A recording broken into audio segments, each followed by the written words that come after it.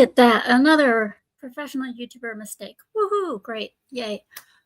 So I'm doing a little change here and there with some of the format of how you guys see me. So don't be surprised if I start changing now and then from looking like this to maybe having some moving lips at some point. So today we are going to be discussing Nintendo Direct. That is, if you saw it. If you saw it, then you know how much of a joke it was. Please like, subscribe, follow, comment. I'm only 20-some subs away from breaking 500. And once I do that, more stuff for you guys to find, like clips and all sorts of the good stuff. I have a lot of good things planned. Just got to break past that 500 so far. My guests today are going to be since it is my 30th episode, I can't believe I actually made it this far. One of the mods with the most, from the East Coast as well. Zalosi. How you doing, sweetie?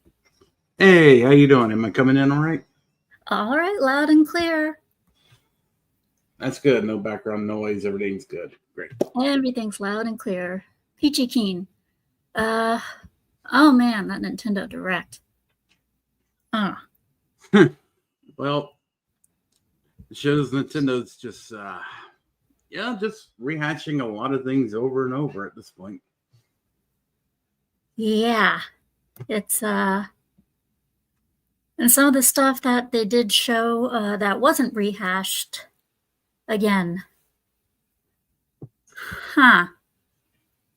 Well, let's say hello to some people in the chat here. We got Slay Every Game. How you doing? Hail right back at you, sweetie. Hope you're doing well. Jamma Llama. Good to see you again. Hope you're doing well. I see you're having a good time laughing at whatever it is. Lunar Lucidity. How's it going? Good to see you. Ashton. Another one of the regulars. Every time I see you guys, it just makes me so happy. Rails of Steel. You heard rumors they're thinking of ending support for Switch 1 soon. I would think that those would probably just be rumors because Nintendo. They're pretty greedy. They're pretty fucking greedy. I can't see them ending anything like that anytime soon, not when they can still milk it for games. Not to mention they said they were releasing several games for the Switch 1 as well. Jack Tarlat. Yes, a wild Scooby Pup has appeared. Very wild one as well. Oh, at least I'm very wild when I've had a lot of sugar. And I think today is one of those days where I've had a lot of sugar, a lot of caffeine, so I'm bouncing off the walls right now. I hope everybody's having a great Saturday. Tombi, he's going to be a little bit late. Our guest of honor, he's going to be a little bit late. He accidentally overbooked and also kind of got the timing wrong, like what time the show actually started. So he's going to be a little bit late.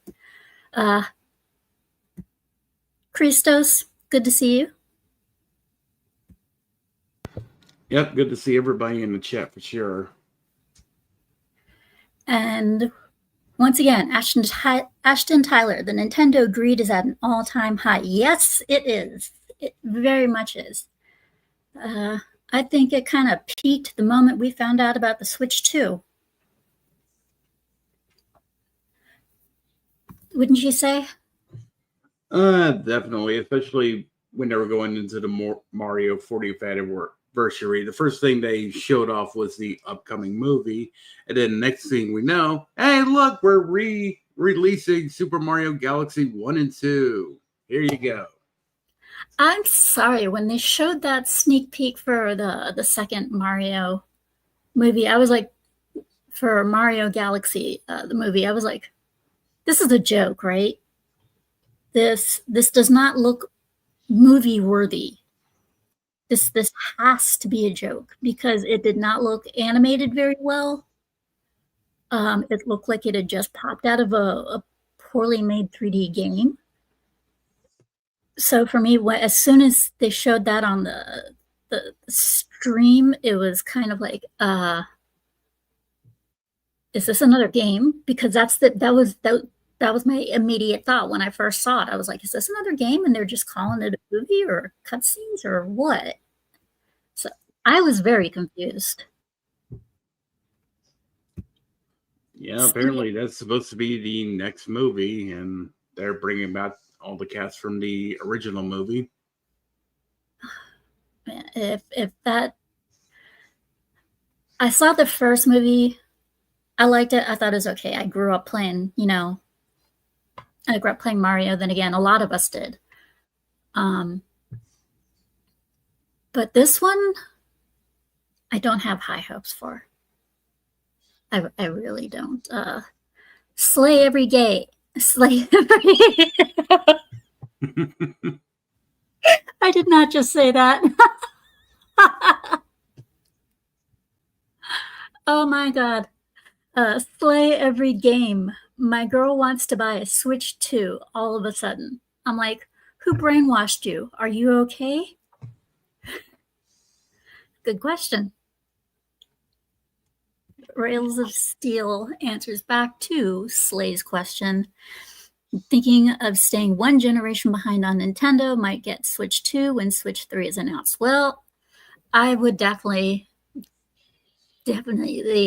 stay behind a generation. As far as the Switch 3, I don't think that when it comes to the Switch 3, I mean, how long did it take for them to come up with a Switch 2? Trying to remember, when was the Switch 1 first released? Yeah, I'm trying to, because it took them a while. I mean, like the moment the new Xbox and the new PlayStation came out, everybody thought, great, a new Switch was going to come out. And it didn't, and we're a good couple years past. March 3rd, 2017. That was when the Switch 1 first hit. Yeah, in Japan. So we all thought, and let's see, and for the PlayStation and the Xbox, we all thought that it was gonna come out at the same date. And that was in 2020. It's 2025, like 5 years later. It's like well into the next generation. And when I mean well into, I mean like with PlayStation itself has a 10-year lifespan. Actually, all the PlayStation systems have had a 10-year lifespan. Roughly the same thing with an Xbox. And so that makes it like what? My math is really bad, Zalosi. And, well, first things first, we just got a Tombi raid. Oh, Tombi raid. Nice. Hello, all you wonderful people watching. Tombi raid. This is awesome. Great. I hope you all enjoy yourselves. So basically, it was an 8-year difference between the Switch 1 and Switch 2. Jesus. So if it's an 8-year difference between this, and they're already talking about PlayStation 5 Pro, they're already talking PS6, they're already talking about next system for Xbox. And lo and behold, we have our guest of honor. My apologies for being late. God damn. Oh, that's okay. It's always the way, isn't it? Do you know what I was saying? I was saying to the guys earlier.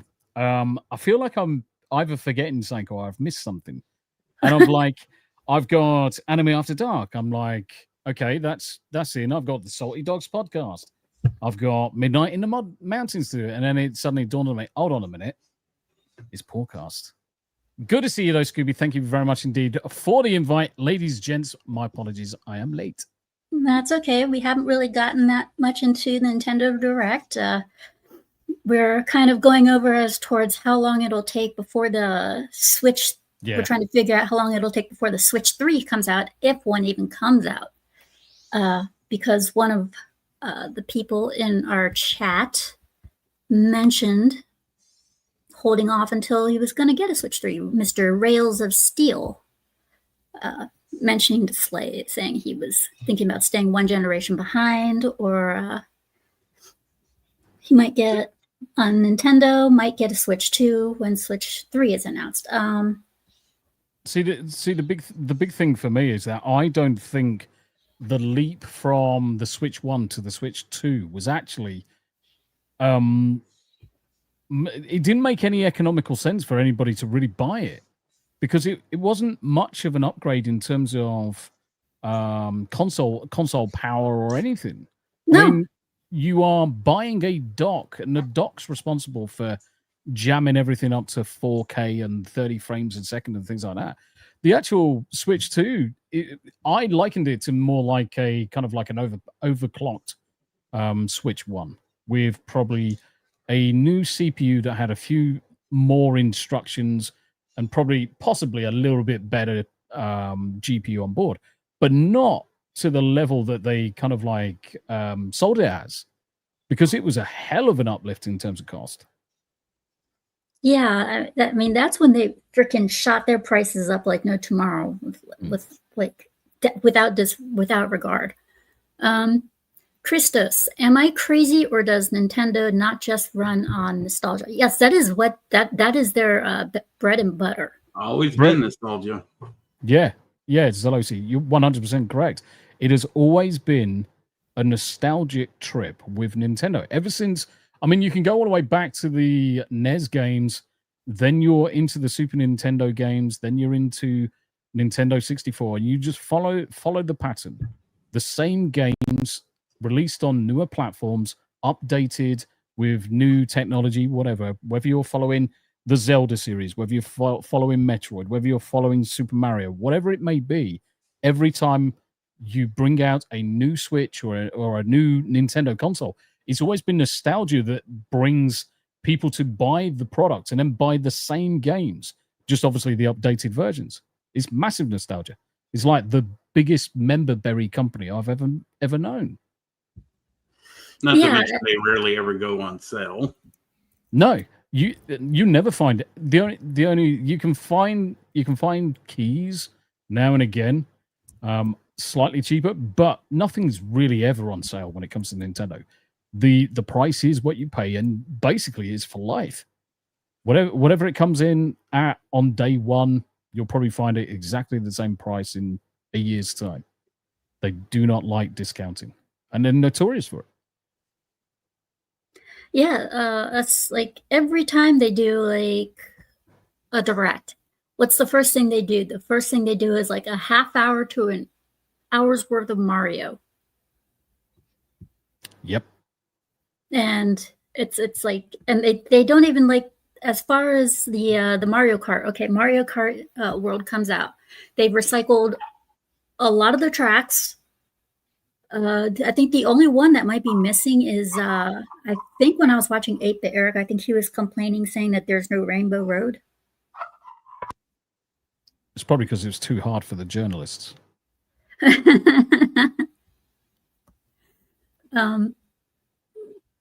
But they're just rehashing their games. Yep. They are slapping new names on them, from what I've noticed, and they're just, especially for the 40th anniversary now. We're just going to be seeing a lot of rehashed, remade with different names slapped on, or just upgraded with new features like multiplayer or local co-op or carryovers or better graphics or whatever. We're seeing this across the industry, though. So, I mean, Nintendo is no different from quite a few of the different companies that we all know. And even outside of gaming, we're seeing exactly the same thing in movies. We're seeing the same thing in TVs. It's almost like they don't want to take the risk on newer original content anymore, or put really new ideas into an IP. They want to go for the easiest bread and butter, because it's almost like they're just banking on, well, if we do the same thing, we just make it look prettier, add a few more features in terms of multiplayer and things like that, we'll probably shift the same amount we did last time. How much did we make last time? A couple of $100 million. Yeah, that's given in the bank. And the repetition, I think what we're going to end up seeing is customers are just eventually just going to get tired of it, because there is no, and I hate to use the fucking word, but there is no diversity in the content. It's not evolving.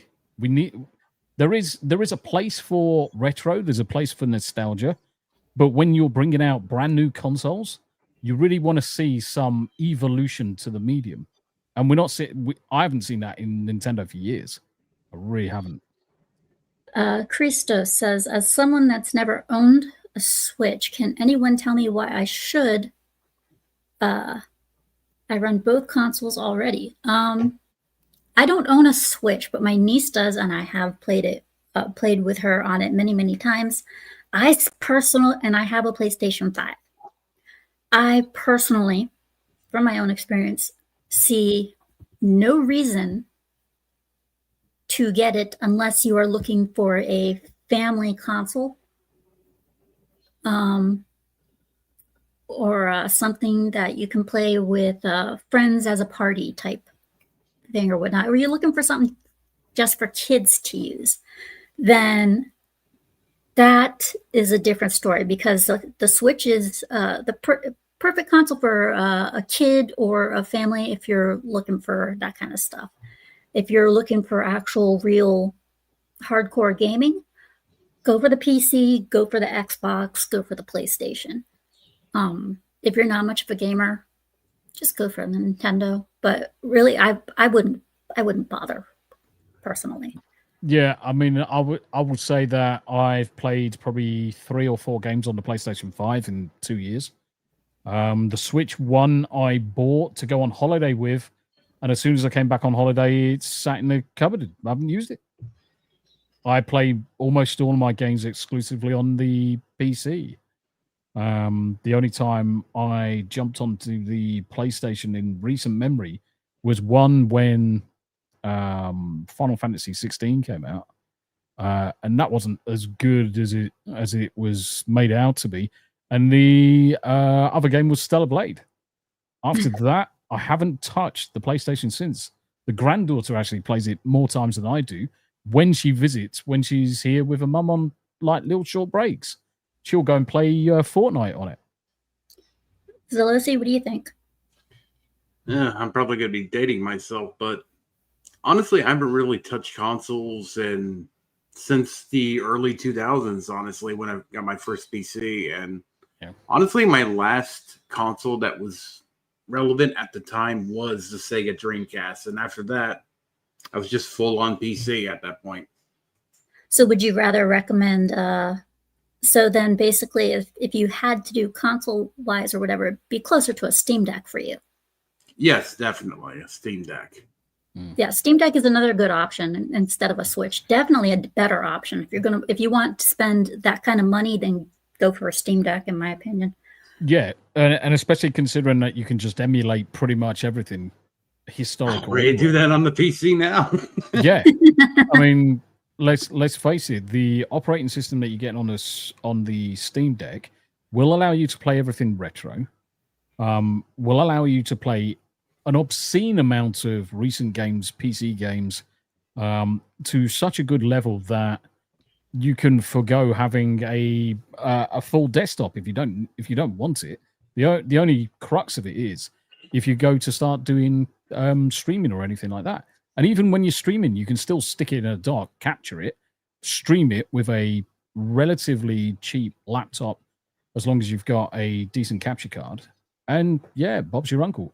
I cannot justify, and to be honest, I don't even know why I've still got both the Switch 1 and the PlayStation 5.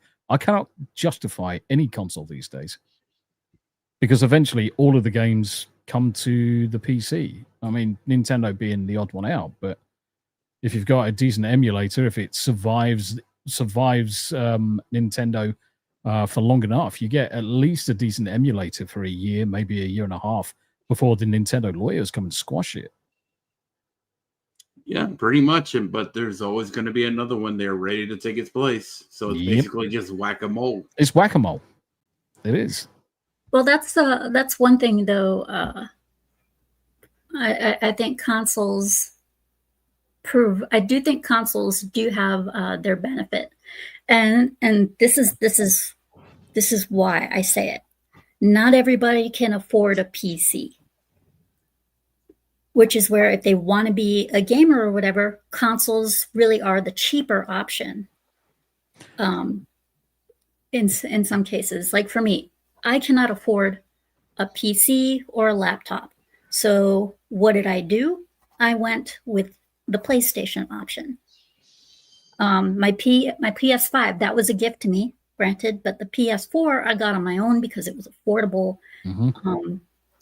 So the consoles, I mean, they have their own goodies, just like the PC does. And there are some times where even if I would never, I still have my PlayStation 2, my PlayStation 3, my PS4. I still use all of them. And I use my PS5 also because the PS4 games carry over to the PS5. They're backplay. I am very much a Sony sheep, but, you know, if they fuck up, I will call it out. I'm not one of those Sony fanboys where they can do no wrong. No, they can do wrong. And if they do wrong, then I call them out on it. And they've done a lot of bullshit recently. But yeah, it's like, but neither the PC or the consoles have fucked up as badly as Nintendo. They've never been as greedy as Nintendo. They've never sued as many people as Nintendo. And when they have their shows, they always have something better to offer than Nintendo. Sony really didn't do anybody any favors. Now, granted, from the suing perspective, Nintendo comes down hard on anybody. Oh, yes. They protect their IP and then some. Now, Sony shit the bed massively last year when it came to Helldivers 2 with the bringing in the account requirements for Helldivers 2 and then subsequently basically blocking 177 countries from being able to access it because PlayStation Network didn't exist in those countries, not allowed it. That in itself was Sony being twats. Now, don't get me wrong, there is no console manufacturers or PC manufacturers that are out for anything other than themselves. That Nintendo are in it for themselves, Sony are in it for themselves, Microsoft doing exactly the same. Now, I'm gonna reflect on one of the questions or one of the points that someone's made in the chat. The constant updates to PC, granted, PC is a more expensive route to gaming, but it is the superior gaming position. Yes. End of chat on that one. Yep. But what consoles give you is the convenience of gaming. No matter where you are or what you're doing, a console is a very easy and affordable route to get to gaming up until the point where they're exceedingly more expensive for the video games. At that point in time, it's no longer about whether one side's cheaper or the other. You are being fleeced in either direction. But it is, I will agree that consoles are a very affordable way of getting to gaming. Might not be peak gaming, because let's face it, a lot of consoles run 30 frames, 60 frames, nothing more than that. You might have some of the newer consoles that can do 120, but when you're looking at the PCs, it's completely different kettle of fish. Now, it's going to cost you. It is definitely going to cost you. If you were to try and spend $500 on a console and then $500 on a PC, the PC you got for $500 is dog shit. So there is this thing where there's a massive disparity in terms of cost from one to the other, hence why it's an easy route in. But then you look at most people when we say, okay, I'm going to build a PC. In 5 years, you upgrade the graphics card. Everything else can stay exactly the same. Your CPU, your motherboard, your RAM, all of that stays. Just update your graphics card. And you know what? You've probably got another 5 years of gaming. You might find in a couple of years, you might have to get more memory for your PC. Well, easy enough. Rip out what's in there, double it, triple it, quadruple it, whatever it may be. It gives you that option, whereas the consoles don't. They are fixed in stone from the second you buy them. Now, you might be able to put in a new, bigger NVMe. You might be able to put in a new fan. But the problem is they are fixed at the point you buy them. They are dated. They become outdated very, very quickly. Switch One, no different. I don't know if you did see the Nintendo Direct, Tombi. It was a joke. And when I mean it was a joke, I mean like it was Hypno couldn't even finish it. It was that bad. He was like, no, I can't. Really? No. It was that bad. Nope, he just started skipping large portions of it. It's like, nope, got to move on here. Yeah, and some of the games were like, are what? They looked downright scary, like the new Tamagotchi Sim, simulation Sims. That looked really stupid, and the voices sounded like AI. And when I mean AI, I mean like really, really bad, back in the day AI. Very robotic voiced. Oh yeah, that's not good. The way they looked was just creepy. But it wasn't just them that looked creepy. What looked the creepiest one was the regular Sims version, right, Solosi? Yeah. Oh my God. There are no words for how it was nightmare fuel. Do you know what makes me laugh the most with times moving on? You look at games that we had in the early 2000s. I mean, what I'll point to is World of Warcraft. I started playing World of Warcraft back in 2004 when that game first came out. It was abysmal in terms of graphics, but playability was off the chart, so we didn't really care. You look at that game today now, a lot higher textures, a lot higher palettes, but to be honest, it's pretty much exactly the same game. Now, technology's moved on. How is it that in 2025, when you can go 10, 15 years ago, and you've got graphics and you've got AI, we say AI, but we'll say creatures in games that react far better than a lot of stuff that we're seeing today. It's almost like they've just got so bone idle. In fact, no, I think I know what it is, and I'll throw this out to you guys to think about, and I'll throw it out to the chat as well. Do we think that the skill of the coder and the developer has been lost over the course of the last 10 years?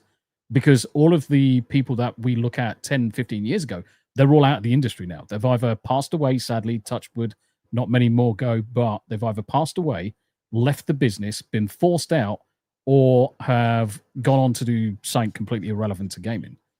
Absolutely, 100%. Yes, absolutely. Because we're not filling the shoes of these guys.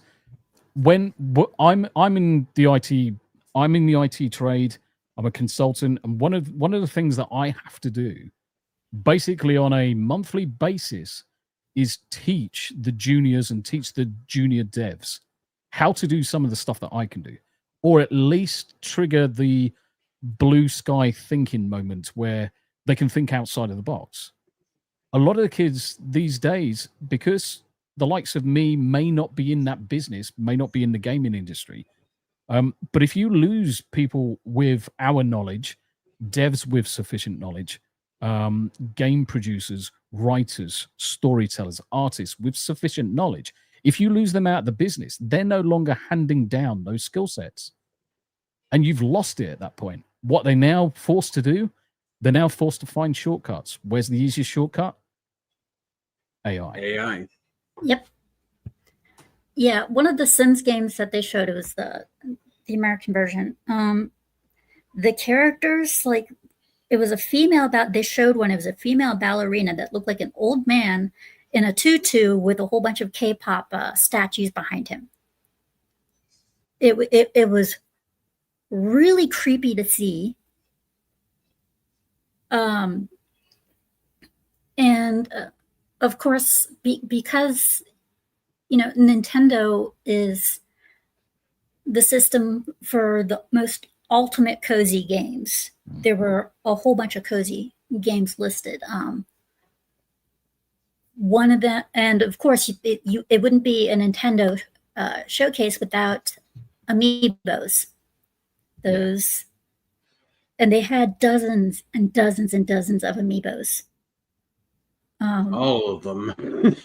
Oh yeah, every game had an amiibo. Every game. And every Mario game had an amiibo for it. They had Kirby amiibos, and the Kirby game wasn't even announced yet. I mean, at least it wasn't talked about. The only thing that was talked about was the Kirby amiibo. The focus is wrong. All their focus is wrong. They showed the new Metroid, or at least they didn't really show it. They just gave a quick glimpse. I know they're doing a Nintendo Direct for it later on. But yeah, and then of course they did, they brought out a whole bunch of and of course, they mentioned the new Hades game. Yep. And then they pulled out the Hyrule Warriors, Age of Imprisonment. And of course, they then showed the one thing that they started to do, the one thing that they did earlier on in the show with the Marios, and that is they started to show games that they were being ported over and were acting as if they were brand new, meant for Nintendo games. I'm sorry, Final Fantasy VII Remake is not a Nintendo exclusive. I don't see why it is even in the Nintendo Direct. Not to mention that Resident Evil is going to be making its way over both 7 and 8, along with the recent one as well, which kind of wondering how that's going to run. I think that's not going to be too great, because since it's a Nintendo console, and like I said, it's a family console, I have a feeling this is going to dumb down the fear factor. Yeah, I mean, the other thing that I really get tired of remakes and ports and things like that, especially you were talking about older video games. You look at Resident Evil 1, 2, 3, 4, specifically say 1 to 4, and the fact that they remake and port them over to different consoles, I just get tired of it. How many times are you going to play it? Oh, I've got to play it on a new console. No one's fucking talking about, oh, I've got to get this console just so I can play this game I've played on 5 other consoles on this new one, because it's going to be different. It doesn't compute to me. Get ready for 1 frames a second. Yeah, and this is the thing. I mean, there's been some fabulous ports back in the day. I can still remember Mortal Kombat on the Game Boy. How they did it, obscene. Most of the textures were removed just to squeeze it on a cartridge. Yeah, that's another one that they're porting over, is the Mortal Kombat collection. Yeah. They removed all the gore. They removed the gore. Exactly. It just doesn't become the same. And I find ports and remakes and everything else just incredibly lazy as a game offered to paying customers. I just find them incredibly lazy. I want new stuff. I want new adventures. When I've played a game, yes, I might go back to that original console to play it in its original form, because the nostalgia's there. But I don't want to be playing a 6th gen, 7th gen console, a game that I've played a million times over. If I'm on a new console, if I'm on a PC, I want to play new things. I mean, this video that's currently playing, I'm currently playing Chronos: A New Dawn. That came out last Friday. Absolutely superb game. Really, really good. I mean, it's got elements of Singularity, Dead Space, Stalker in there, but the atmospherics are freaking superb. it's not something I've come across with the Nintendo reboots or the PlayStation's bloody boots and remakes.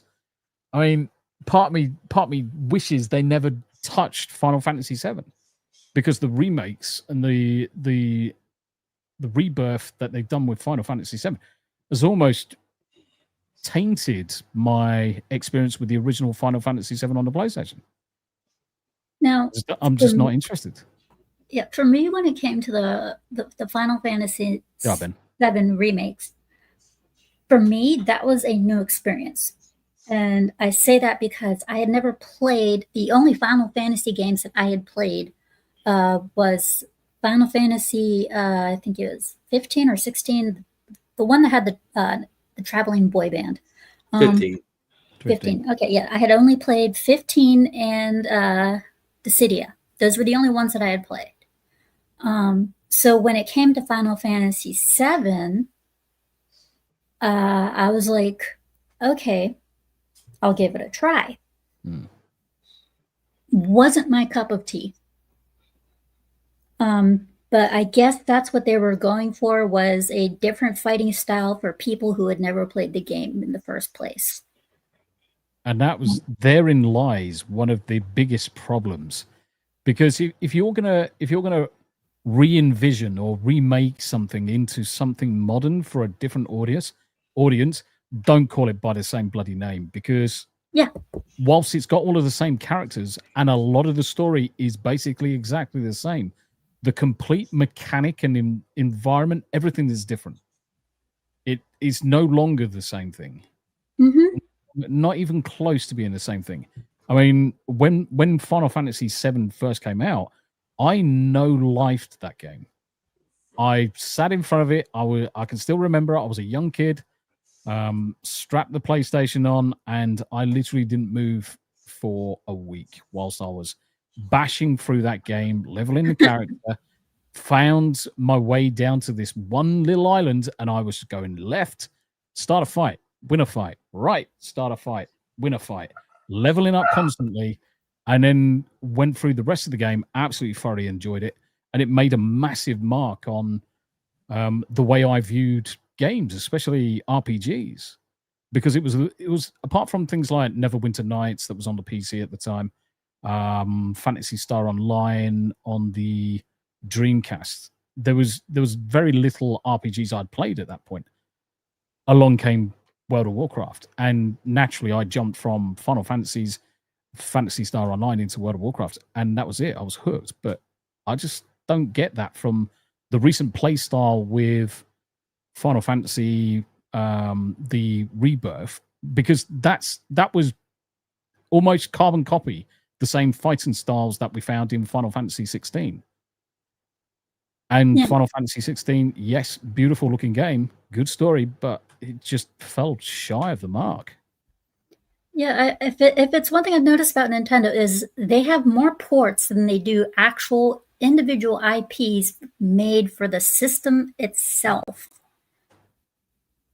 And it drives me nuts. And it's for this reason that I am convinced that if you brought over an actual, like if they actually made a legitimate IP that was probably equally as hard to if they were to port over Hollow Knight Silksong, okay, or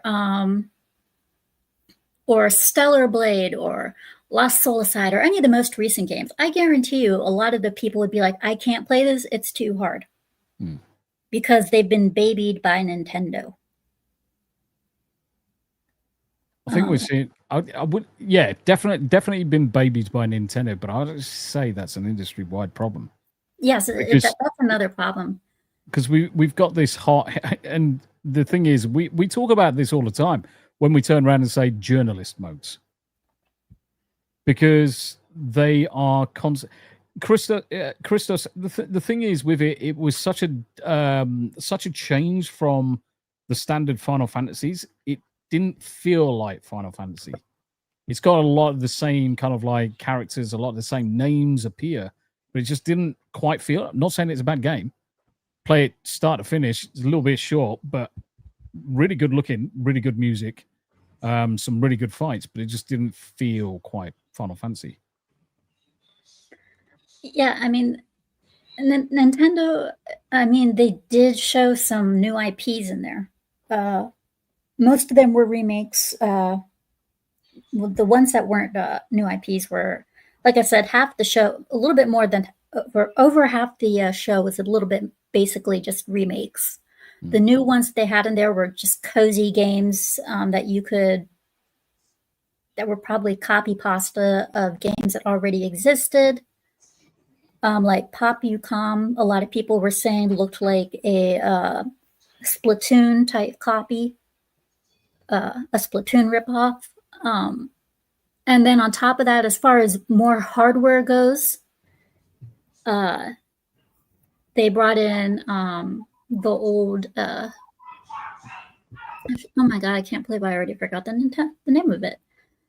It was the Virtual Boy. Virtual Boy. Yes, they brought back the failed Virtual Boy with its entire library. Why? Exactly. Why? And that was another thing at the beginning of the show. They created for the 40th anniversary this talking plant that could talk right back to you and occasionally talk on its own. Again, why? These are all things we didn't ask for. It's like, as for the plant, what does this have to do with anything in relating to games?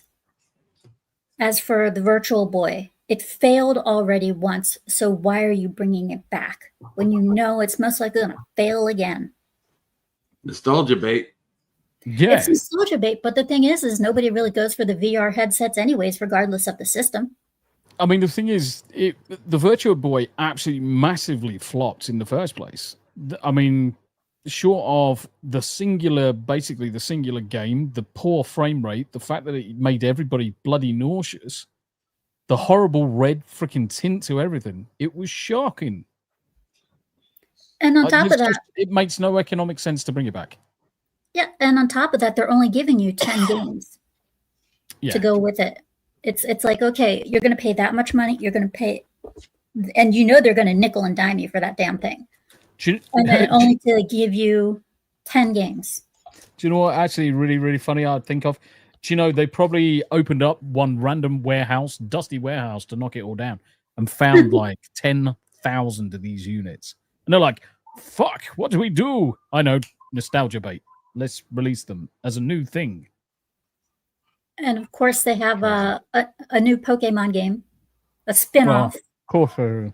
Pokemon farming is basically the concept of it. Pokemon Minecraft. Hold on. Pokemon farming, isn't that just Stardew Valley? Yeah, that is exactly what it is. It's Stardew Valley. That is the new game. And they wonder why people get pissy over when Power World fucking did what they did. And Nintendo, let's retroactively apply patents for summoned creatures. Yes, summoned creatures. Yeah, Nintendo are just about creatures, mounting animals to ride and stuff like that. It's like they're hijacking every single aspect of the gaming industry of gameplay, so they can nickel and dime people. It's like they fucking that's greedy. Yeah, I'm sorry, but man, and like I said, these Nintendo devs, and it's not just Nintendo devs, but devs in general are getting lazy. Mm-hmm. Yeah, and I bloody know they are getting lazy, but I'm seeing, especially in the IT consultancy, I'm seeing a lot of shift where a lot of the older talents are just moving on. They're retiring early because they can, and the skill sets are being lost by the industry. And then you got the issue now is most of the AI tools that are out there are actually fairly good at coding to a point. A AI can probably generate 80% of the code and get things working for you. But it's Muppets like me that you need in a business to now fill in the gaps and fix the inefficiencies within the AI code. It's not always perfect, but it will work. They're relying on it so much these days, they don't know how to think logically, or they don't know how to look at a problem and try and work outside of the box in order to come up with a really good solution for some of the things we're facing. Then you get bloody code bloat, because you look at some of the Unreal Engine 5 shite that's coming out, and it runs like absolute sloppy dog shit on really powerful machines. I mean, Borderlands 5 being the prime example. I've got a 4090. I've got a 4090. I've got 192 gig of RAM in a machine that fucking rocks. Why the fuck does this fucking thing start cooking its bloody tits off when playing certain Unreal Engine 5s? It's because they're not optimized. So back in the day, you look at Doom, and in fact, let's move from Doom onto Quake, and you had some really clever coding and maths involved with how to render the scenes, how to move in a 3D space. All of that kind of like cleverness, or that those shortcuts to be clever, or the ideas to be clever, just gone. People are too bone idle these days. They don't want to learn, especially not if AI is going to tell them 80% of what they need to do, which it does. I'm just tired of slop coming out from these industries, and them expecting us to pay more and more each year. Yeah. Nintendo are no different. Yes. But pay more and more each year for delivered slop that most of us, if we had a year, could probably generate ourselves. Take a little bit longer, but we could probably do it. Just getting tired of it. We'll jump back onto that topic in a second. Christos, I'm bringing this comment up because of the known, for those who have seen me play it, this game is giving me PTSD. Fallen Feathers. Huh? Fallen Feathers. Yeah. This game is driving me nuts. It's giving me PTSD. He says, Scooby, off topic, I see data miners found files that Wu Chang has DLC, PvP, and co-op. Christos, sweetie, if that is the case, I will quit the game. I do not want to have anything more to do with this game. It's making me go gray. And a lot of stick drift controllers. I've already had to replace. I've already had to replace one of them. Christos, Unreal 5 has given us some fun games recently. It has, 100%.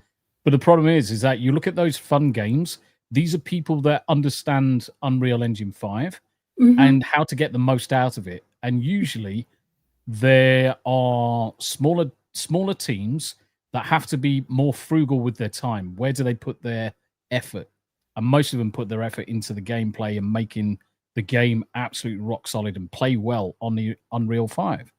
But then you go to bigger AAA, quadruple A studios that don't know their arseholes from their elbows, and then use Unreal 5 thinking that it's going to do all the work for them, and they fail. And they fail. And then you have like... It's not all the time, though. Like, you can have like you said, the small teams that focus the Unreal Engine on the gameplay.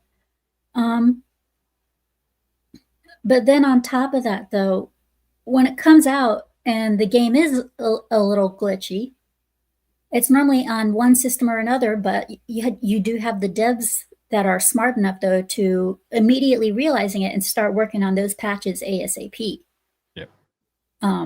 One such is Yang Bing from who made the creator of Lost Will Side. He saw the PC problems, started working on the patches ASAP. Even said so in his letters. He was like, "I'm extremely sorry for the PC gamers having these problems. I'm working on it ASAP. We'll roll them out as soon as possible." Luckily, if you were on console and you played it, you had no problems. You had no issues. Everything was fine. And then you get companies like Capcom who release Monster Hunter Wilds and has bad optimization issues, and they're like, "Oh, we'll fix it when we get to it sometime later this year." That's fun. That's Funcom. That's Funcom with Conan Exiles, and bugs that were in the first release are still there. And then they use basically the same engine for June, and guess what? The same problems. Some companies will never ever get round to fixing their shit. Some companies will never learn. They will never learn. Yeah, Rails of Steel, 100%. I hate the whole AAA, quadruple A, because they're not worth the paper they're printed on, brother. They're really not. The AAA games nowadays, they're all hit or miss. You got to know who you're playing. You got to know the game. AAA for me just stands for absolutely bloated budget. Yeah, for me, it's the last time I gave AAA a chance. It was for Devil May Cry 5. I liked it, and at the same time I didn't. I liked it because I liked the gameplay. I didn't like it because I didn't like what they did to Lady and Trish. I didn't like the character design.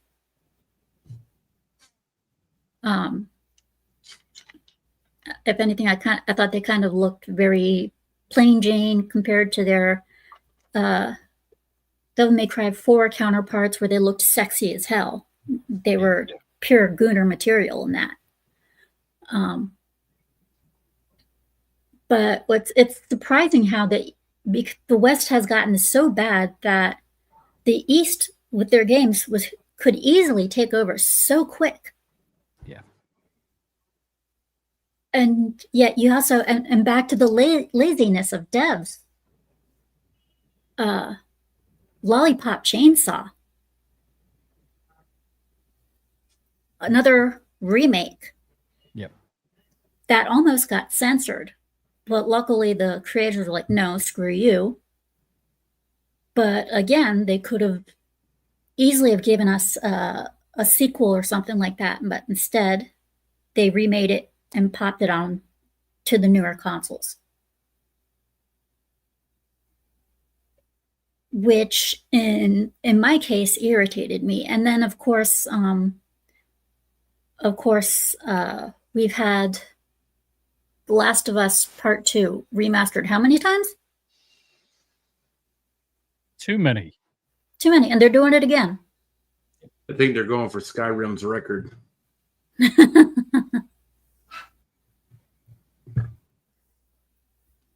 I just can't figure it out.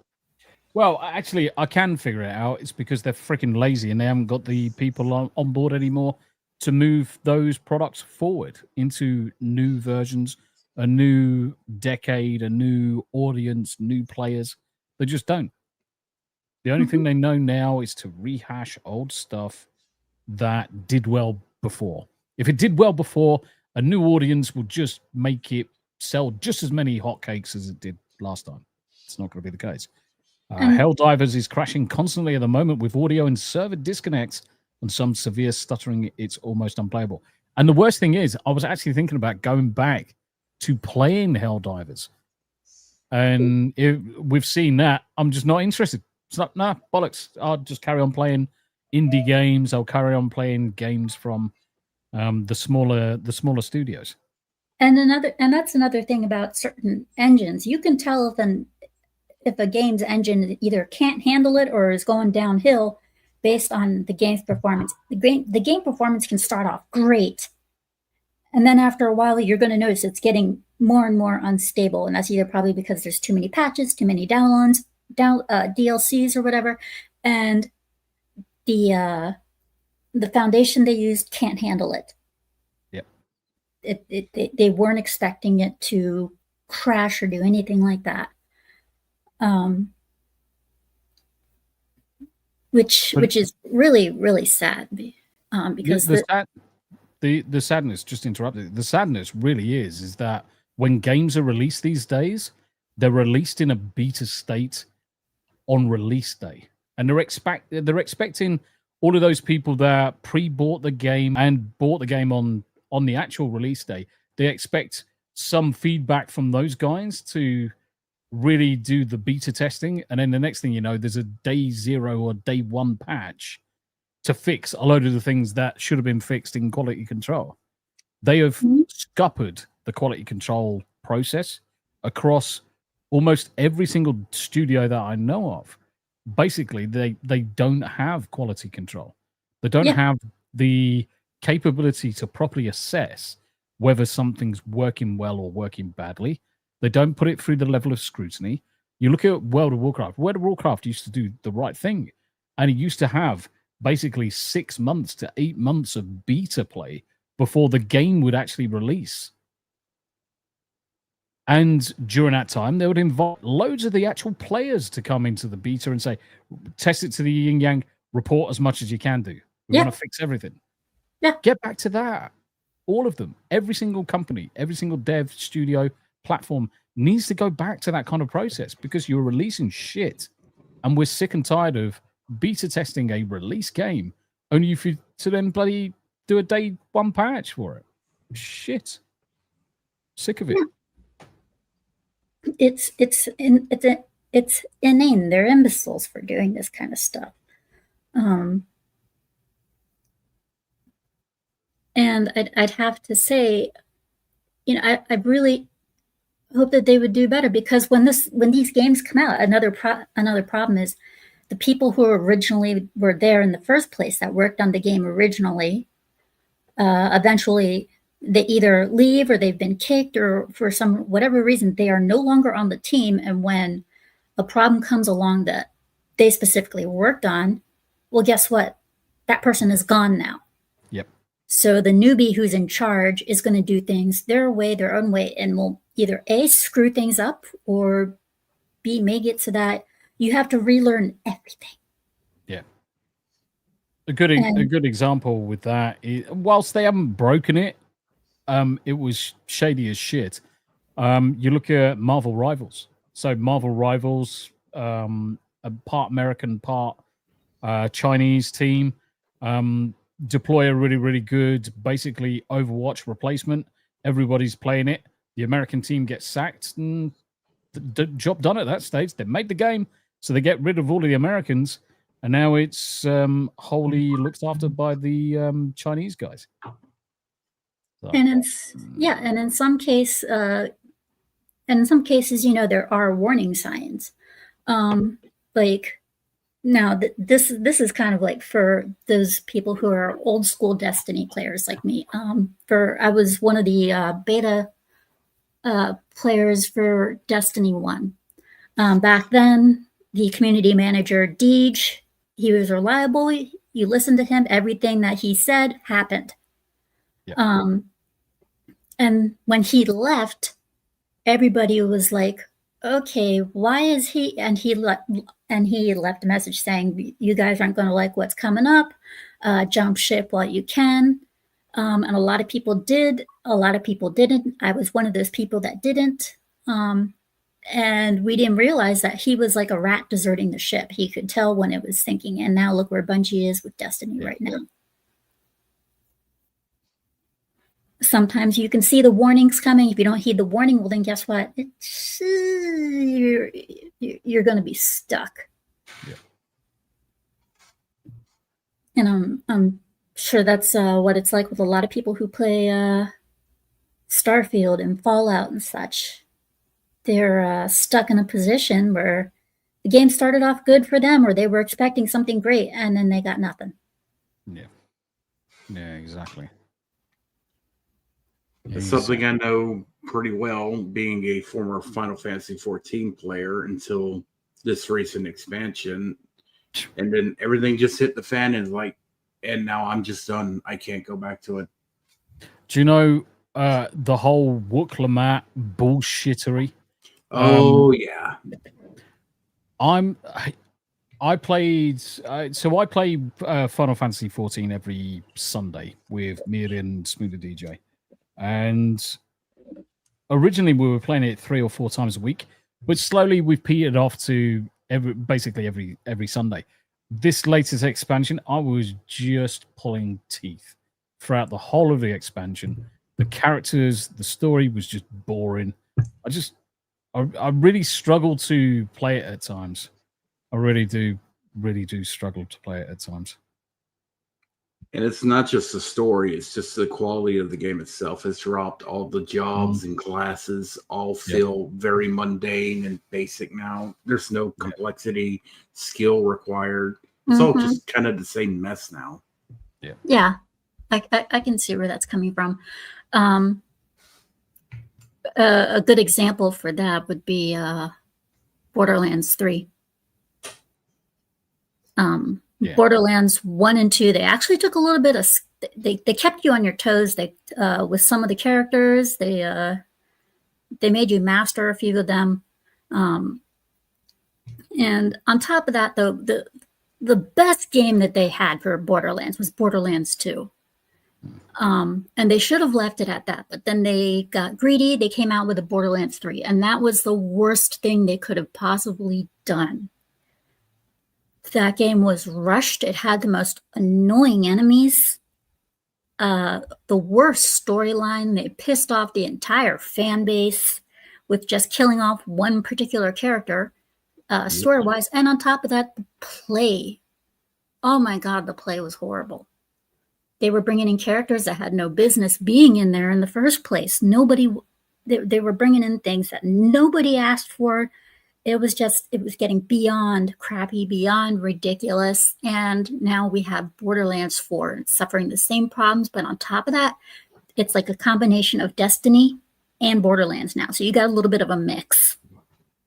So, and it's when you get things like that, it's like, ew. You don't want that. And that it's a great sign of this company has lost its way with this particular franchise. Yep, that's what they are. It's kind of a funny story is that when they first released Borderlands 3, it was Epic Store exclusive, and that's what stopped me from buying it because I didn't want anything to do with that storefront. And I said, you know what, I'll just wait a year until it comes to Steam. And then the reviews came out. I was like, whoa, I just dodged a bullet.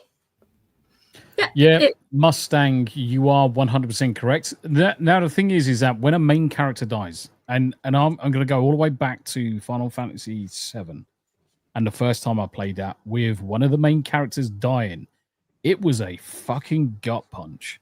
And it was a gut punch not just for you as the player, but for the characters immediately in the story. It wasn't something that was just brushed off and everyone just moved forward as if nothing has happened. But that's what happened 100% in BL3, in Borderlands 3. Character dies, move on to the next plot. Oh no, it's like, hold on a minute. Shouldn't everybody have massive issue with just what's happened? Yeah, exactly. One of the characters, Maya, she dies at the fault of a little girl that she's been been taking over. And this whole time we've been told in the game, the brother of the main villain cannot do any of the siren powers. Lo and behold, the brother kills Maya by doing the same moves that his sister can. And it's like, hold on, wait a minute, something's not right. Yep. You just said, you guys said in the beginning, and you emphasized it throughout the entire first half, that he can't do this crap. And yet here he is, he goes and does it. And on top of that, one of everybody's favorite characters dies. And it's because of this little brat that nobody liked in the first place and nobody wanted and kind of hoped would die, or at least I did. And then we have Lilith, who just kind of like poof disappears at the end of the game. We don't really know what happens to her. They don't leave any explanation or anything like that until you get Borderlands 4. I have no interest in Borderlands 4 because of what they did to Maya. Yep. And it's not just Borderlands 3 that's guilty of it. Borderlands 2, Destiny 2, they did the same thing when they killed off Cade 6. They pissed off a lot of the fan base because a lot of the fan base played the game because of Nathan Fillion. and they killed off his character. Yep. You know, that actually reminds me from Borderlands 2 when they actually killed a character off in that game, Roland.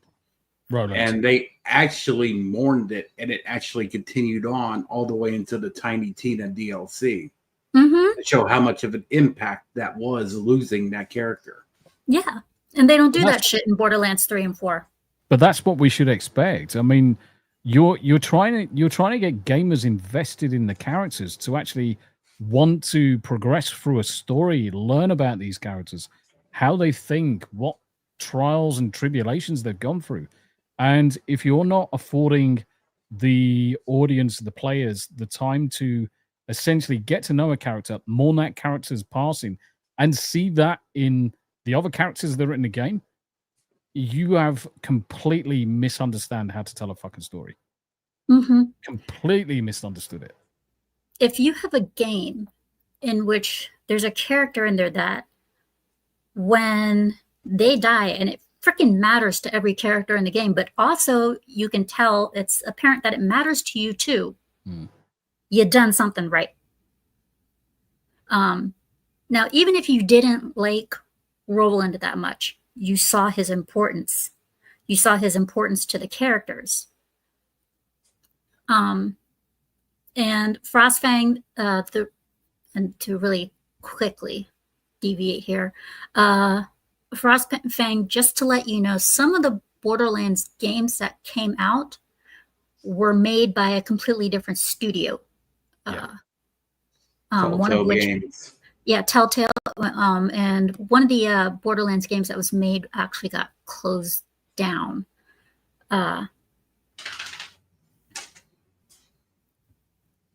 But yeah, it's. But when you've made an actual emotional connection to the gamers, that's when you can tell you've done something right. Yeah. And that's one of the most important parts in a game. And in my opinion, when a game dev can give me a game that has a good story and good gameplay, okay, and either good graphics or something that just works overall. So I don't have a shitty game on my hands, an unfinished game that's not playable or whatever. You are making me a happy customer. Yeah. And game devs need to realize that's what it takes to get a game again. You have to have all the parts, and you have to have all the connections, likable characters, backstory, writing, gameplay, all of that. You have to have it all done right.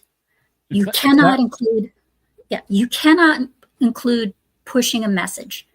Nobody wants that shit. If you want to have something like that in a game, then at least make it so that it actually makes sense, and also don't push it. Yes, yeah, you can have ideology. You can have a message. You can have a moral, because most of the content that we look at has a moral at the end of the story. Yes. But it shouldn't be the driver behind the whole bloody thing. And it shouldn't be rammed in your face so much so, and Scooby, you're right, so much so that you lose sight on what you're actually freaking there to do. Yeah. Veilguard is a perfect example. Yeah. I mean, yeah, romancing characters, that's nothing new. No. You can do it in any game. And a lot of people, they really don't care as long as you don't shove it in their face and make it something political or agenda driven. Yeah. A lot of people really, really, really don't care. I mean, there's a lot of good games that have examples of doing that. That's perfectly fine. Mass Effect. Mass Effect does that very well. Yeah. And I believe you do have to shoot off, like you said. Yeah, sadly. Like I said, I got the times all completely bloody mixed up, so I ended up triple booking myself and quadruple booking myself out today. So I need to disappear off. Plus, I've been sat in this chair for probably about 5 hours, so I need to I'm getting old. I need so tell us what you got going on. Right. Okay. So I'm bouncing onto a couple of different things over the course of the next few hours. But let's focus on tomorrow, which is Sunday, Final Fantasy 14 in the evening. Been playing that with Mearden and Smoother DJ. Monday night, we'll be playing some games with the wife. Tuesday will be Team Play Tuesday, some Marvel Rivals. Then the Hump Day Chinwag is back for episode 71 on the Wednesday, followed by some Baldur's Gate 3. 2 T's in the pod next Thursday, next Saturday. That's the podcast I do with the wife, where we talk about TV, news, films, games-related stuff. And then back to Friday, games, more games, and a few other things in between. So, guys, thank you very much indeed. Scooby, much appreciated for the invite. Sorry I couldn't stay longer, and my apologies for getting the time completely wrong. That's all good. Zalosi, always a pleasure to see you. Chat, always good to see you guys. Always a pleasure. Make sure, guys, you like, share, repost, and subscribe to these guys, because they're absolutely fantastic, and it's good to call everybody friends here. And yeah, I need to go for a wee. So thank you very much indeed, Scoobs. Much appreciated as always. And it's good to have a chinwag in person with you. It's been too long. Likewise. Have a good one. You take care, guys. Much love, and I'll see you on the next one. Bye. Okay, Levistro is 100% correct. There is a balance in games: mechanics, visuals, story. You need these three packed down tight to make a good game. Mechanics is core and primary, followed by story, then visuals. Games are an art. Very much. So. And Levistro would definitely know, because he has done coding before. But yes, as long as you like, devs, they really need to stop shoving agenda-driven games in front of us. They need to start giving us more IPs. I'm really, really tired. I mean, I love the games that I have. I have a huge backlog, and I don't mind going back to my games over and over. I love to do so, and I love finishing them. I've finished more than half of them. But then there's that itch, that new game itch. You want a new game. You want a new IP. You want something new to experience. And a lot of the games that are coming out nowadays, they're not giving you that. They're rehashes, or they're just poorly made. You'll get your hidden gems now and then, like Stellar Blade, Hollow Knight, Lost Soul Aside, Wu Chang, before it got censored, was good.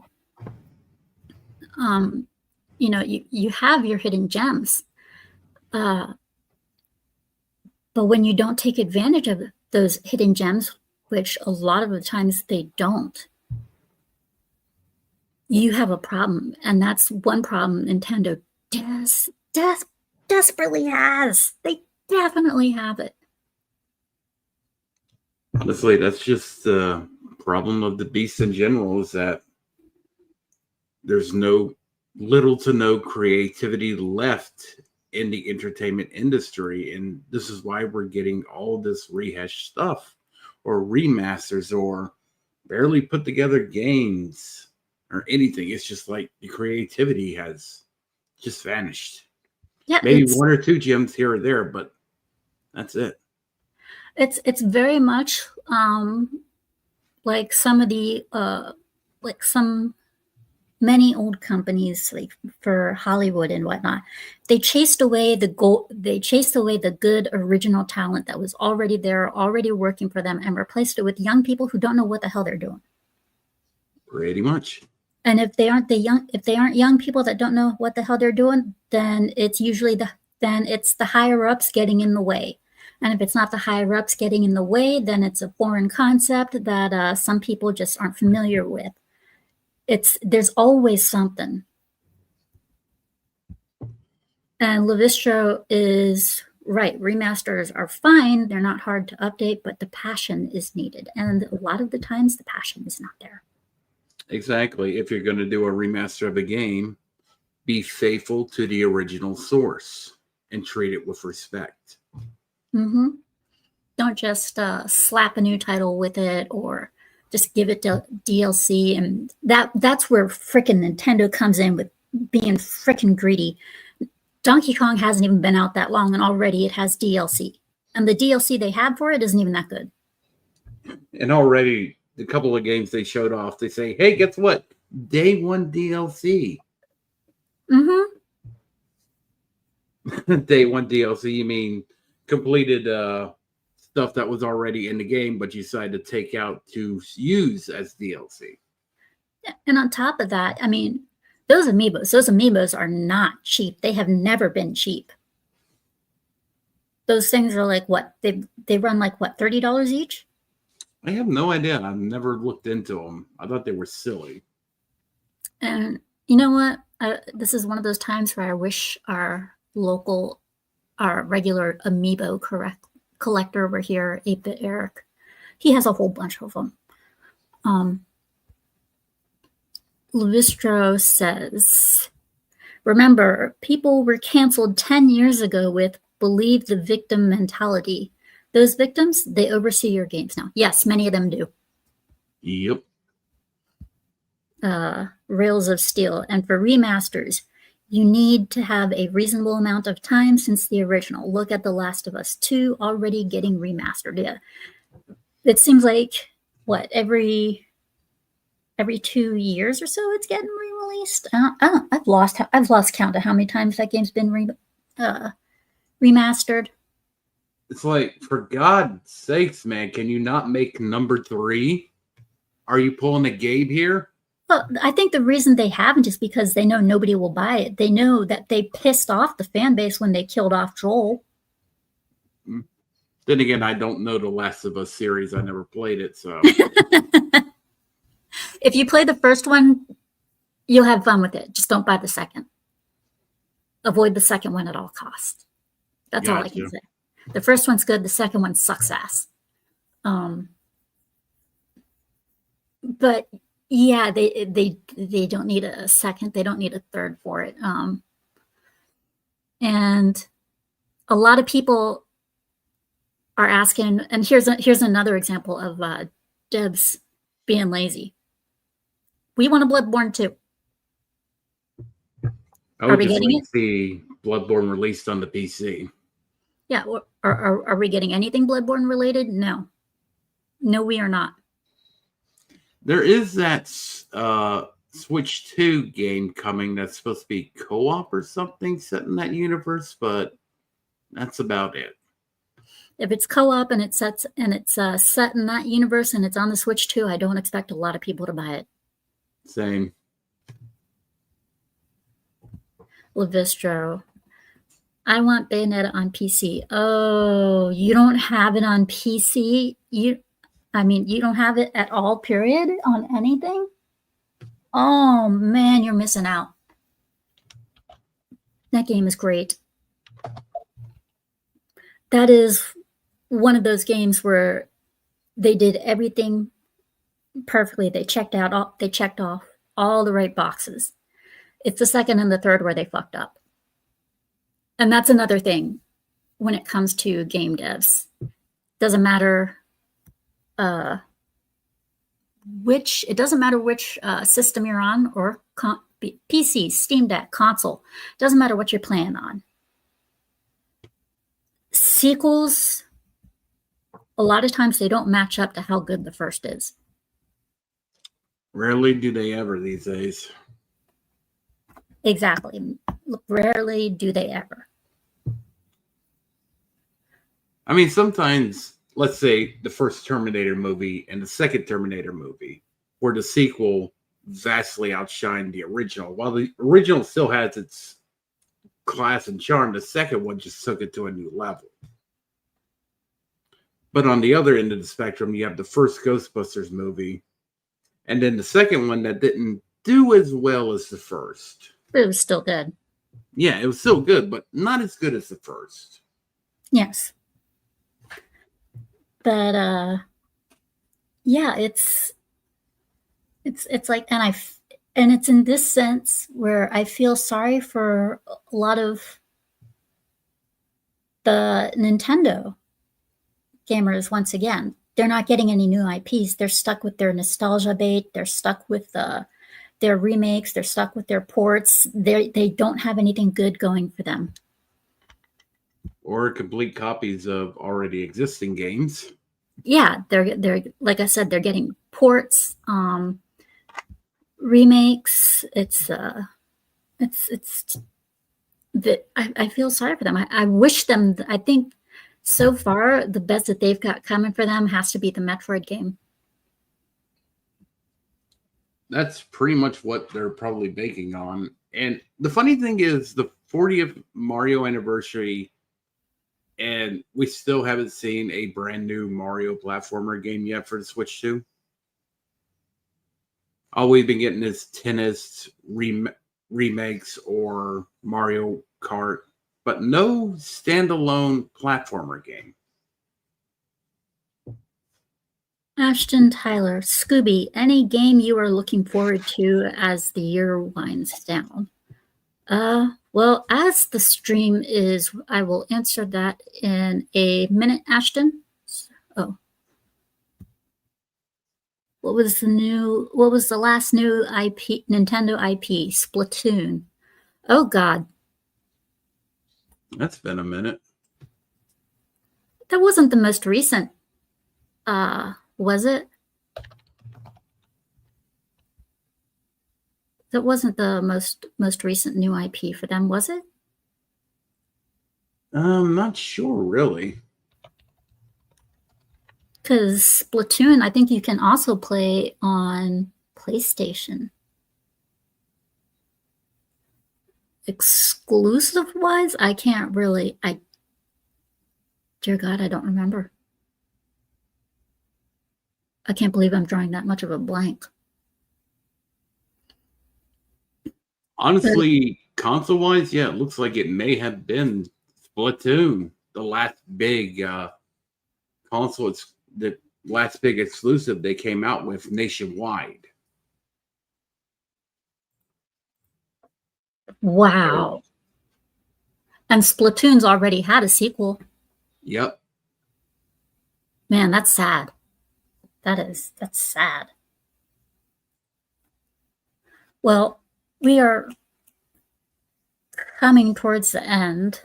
Ashton asked me as the year winds down, so as we come towards the end, please like, subscribe, comment, follow. When the stream ends, refresh, leave a comment, thumbs up, all that beautiful stuff. Ashton, you said as the year winds down, am I looking forward to any games? Any games on the Nintendo? If I had to look forward to any games on the Nintendo, it would be Metroid. Outside of Nintendo, I would say there would be two, and that is Mouse PI, Private Investigator for Hire. Mouse PI for Hire. And Silent Hill. Silent Hill F. Silent Hill F. Those two are the ones I'm looking forward to the most right now. Zelosi, what about you? You got any you're looking forward to? Let's see. There's a couple I'm looking forward to, but mostly they're pretty much indie games at this point, like Mouse PI you mentioned, but also a couple of others as well. There's one I'm hoping that drops on Halloween. Let's see. I'm also waiting for the Mortal Kombat Legacy Collection. Oh, I completely forgot about that. Also, the Sonic Racing Cross Worlds. That looks good. It does. It honestly looks good. It's not something I'm like screaming yay towards, that I really look forward to towards the end of the year, but it's definitely one that I have my eyes on. But and in terms of, since I played a good racer, so continue. But basically, in terms of AAA, I've just checked out. Like everyone said, after the Monster Hunter Wilds fiasco, that was my breaking point with AAA. Is like, okay, I'm done. It's like I was waiting for this game to come out to be a successor to the Worlds, and no, this is not it. And this is one thing about Silent Hill F that I'm really hoping for. And this does come down to the devs. I'm really hoping it's a return to form. I'm really, really hoping that that's what it's going to be. Because Shohei Kondo, who Hypnotic has shown a couple of videos of, he's a Japanese streamer. He's a game streamer. He likes to break down games through commercials and all that stuff. He likes to break them down bit by bit. Last time, previous to Silent Hill F, he did Shadows, and Hypnotic featured his video for that. He did a breakdown of the gameplay and a preview for Silent Hill F, and he was very impressed. He saw it as a return to form. So I look forward to it. I really look forward to it. The thing is about Resident Evil 9, though, is I'm really worried about that one. I really am, since it's going to be multi-platform and it's going to be on the Nintendo and stuff. I'm really worried it's going to get toned down. As far as the Fatal Frame 2 for Nintendo Switch, I understand Rails of Steel. I understand your concern, and I would not be surprised if quite a few things got censored from that, because that game is a real mindfuck. But if I remember, they already said they were toning down the horror in Resident Evil 9 with the different camera angles and such already. So yeah, and I know for the Mortal Kombat collection that they're bringing over to Nintendo Direct, based on what we saw through the Nintendo Direct, they removed the blood. I'm kind of hoping, Hypnotic mentioned this, and I'm kind of hoping that's true, is that they just simply have an option to either turn it on or off. You know, the horror games recently have been very little. There's been very little horror in a lot of the most recent horror games, which is a real letdown, because we need more of those. I remember the days of Siren. I remember the days where Fatal Frame were ones that was the type of game that you did not want to play in the dark. And Outlast. I mean, I remember this. I remember back when they were scary as hell. But yeah, we got people now that they're too freaking scared, and most of it is because either they're toning it down because they just don't. And the ones that want it toned down is the modern audience, and the journos and the devs are like, okay, sure, we'll do it, no problem. It's like, do you guys have no damn spine? No, they do not. This is why it's a good time for indies to pick up the slack, because there's several really good indie horror games coming out soon. And they look really good. Yeah, but the thing is, though, is that some of those indie horror games, eventually they're just going to end up getting censored. Yeah, unfortunately, but who knows? I've come across some really good indie horror games while playing with my friend Jamal on his system back on the PS4. And those indies, I mean, they looked great when they were about to come out. Then he would buy them, and I would come over and just basically watch him play, see if it's something I would want to get. And it would end up being a letdown. The Medium was supposed to be a really scary one. And the Medium, it wasn't really scary at all. It really wasn't. It was one of those ones where it kept you on your toes, yes, but it was not scary. And I want to return to fear, and I'm hoping Silent Hill F will do that.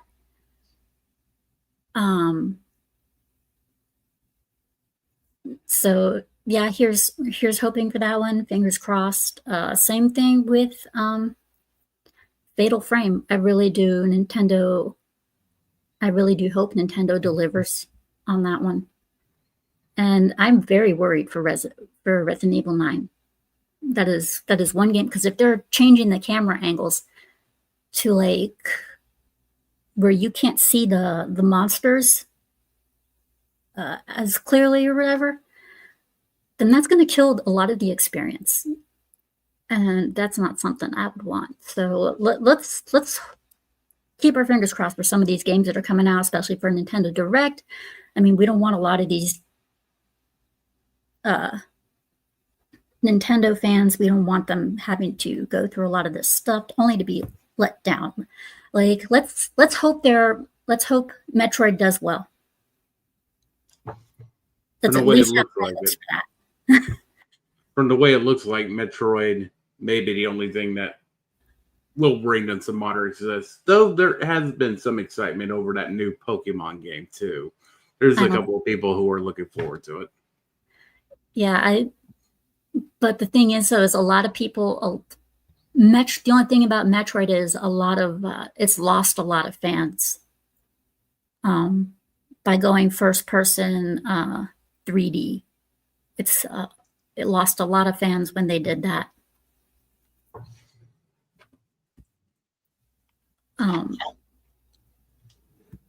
But yeah, here's hoping that they have good luck with what they are getting. Nintendo is greedy as hell. I'm not saying here's hoping for Nintendo. I'm saying here's hoping for the gamers, because they're the ones that are going to get caught up in this. They're the ones with the money, and I really hope that they like what it is they're going to get.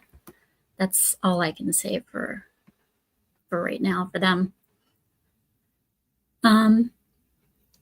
Zolosi, do you have? I know you aren't much of a streamer, but is there anything you got coming up that you might want to advertise for, or anyone you'd like to advertise for?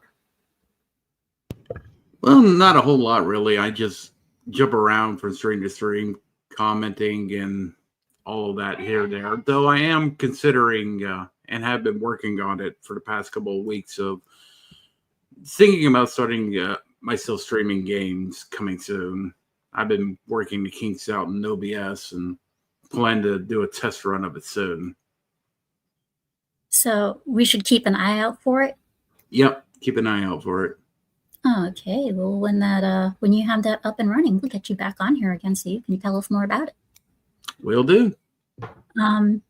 As for me, Ashton, I would love to raid someone, but I can't raid people until I reach 500, and I am just a little 20-some subs away from 500, so please get your friends, get your family, and if you aren't subscribed, subscribe already. We got more than enough room for you.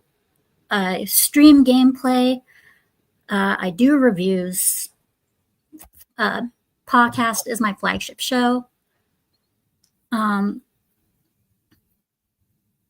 And so so I highly recommend you just kind of like check out my channel, watch the stuff that I already have. Like, subscribe, follow after the stream, refresh, comment, leave a comment if you like. What do you think about the Nintendo Direct? Did you like it? Did you hate it? Do you think Nintendo's greedy? Tell me, give me your opinion. In the meantime, tomorrow, I will be picking up on Wu Chang, Fallen Feathers. Again, losing my mind because I am about to fight a freaking boss, and I'm already at a palace where there's NPCs that want to kill me and kill me very fast before I can even get to the boss. I'm already stressed out about it. So tomorrow afternoon, I will be picking up on Wu Chang, Fallen Feathers, and then later on at night, I will be picking up on Lost Soul Aside again. So that's 2 streams in one day. I will make the announcements for like about 10 to 20 minutes before I go on, and then 10 minutes before I start. So keep an eye out for those announcements. Will be held on Twitter. So you can, and all my links will be found on my YouTube channel. You can easily find those. I'd love to thank my mods. Solosi, thank you for coming on. You are one of my mods as it is. Thank you for having me on. Sonia, also, thank you for popping on in, sweetie. It's great to see you. I am so glad I actually managed to do this. Is my 30th episode, people. I did not expect to last this long. Happy 30. And yes, thank you. Ashton, I will do my best to not break my controller. What happened last time is I was going way too hard on Wu Chang. Wu Chang was making me way too stressed out. I ended up developing stick drift on my controller, and I had to get rid of it and postpone my gaming until, boom, like the day that I announced that I had to stop because of the controller problems. I got a text, I got a DM on Twitter. People were wanting to donate controllers so that I could continue on with Wu Chang. And I had never been so flattered. I was like, man, I didn't realize people were watching me, watching my gameplay, but I guess they like it when they see me die, fail, and scream and rage. So yes, please watch those. Like I said, that'll start up again tomorrow, all throughout the week. My gameplay, it is called SCOOBYPUP'S Barcade. I will be doing that all throughout the week as well. Next Saturday, SCOOBYPUP'S PAWCAST, 5 p.m. Eastern.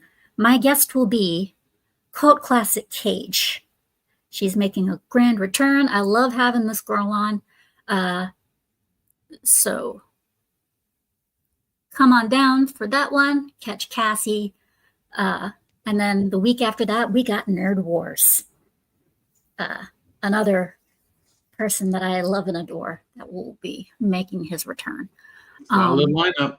Solid lineup. And then October, you're going to see this little background picture of mine go from just the Nintendo thingy plus my little avatar to a witch.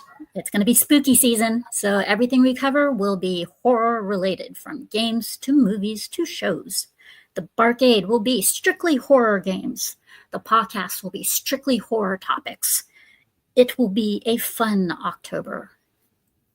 So yes, be sure to stick around, like, subscribe, follow, so you can get all those announcements and beautiful stuff.